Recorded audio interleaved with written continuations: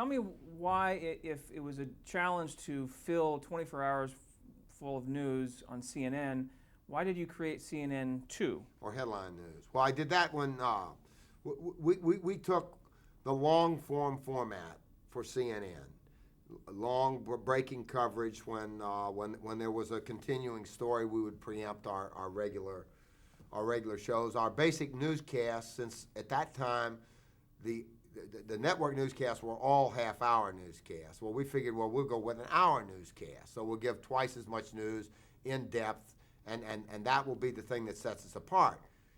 ABC and Westinghouse, that when they saw that CNN was going to work, they decided they were going to try and come in and preempt us. And they announced they were going to do two news networks. One, an in-depth service that was just like CNN, and one that was going to be a shorter newscast. They decided to go with an 18-minute news wheel. And I figured, well, if they're going to, and they were going to start that shorter service first. They were going to start it in 6 months or 10 months. They announced it. And so I figured I would try and preempt them with a headline news service. I'm the one that came up with the idea of headline news.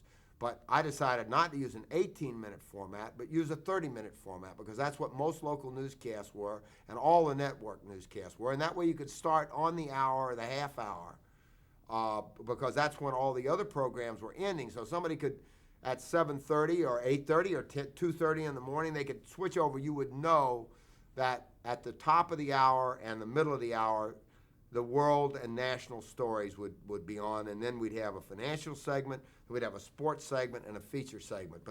And if you tuned in for half an hour, even if you joined in progress, if you stayed there for half an hour, you'd come back to where you came in, like in a movie. And that would be, and we launched a month before what they called satellite news channels. We split the market for headline news. They didn't meet their projections. They never started the second service, and they sold out to us and gave up after they lost about $50 million. So it was an offensive and defensive move, and it worked, and we won. But it was like it was a war. I mean, basically, we deployed. We didn't have enough resources to start another network, but we did it anyway, and we beat them on the air, and we got half the cable coverage for the headline news service, and they never became viable. And we were protected, CNN, because they never got the other newscast off the ground, and they quit. They tossed in the towel. Gave up. Well, with CNN, I gave them $25 million, though. There was a going-away present, you know. But they wanted something to go away, so I borrowed a little more money and got them out of there. Was CNN successful enough to bankroll headline news? No, we still hadn't. We were a long way from. But we was in for a pound, in for a ton, you know, or whatever the old saying is. We were already up to our waist in the quicksand, so I figured, let's just, we were in the thing to win.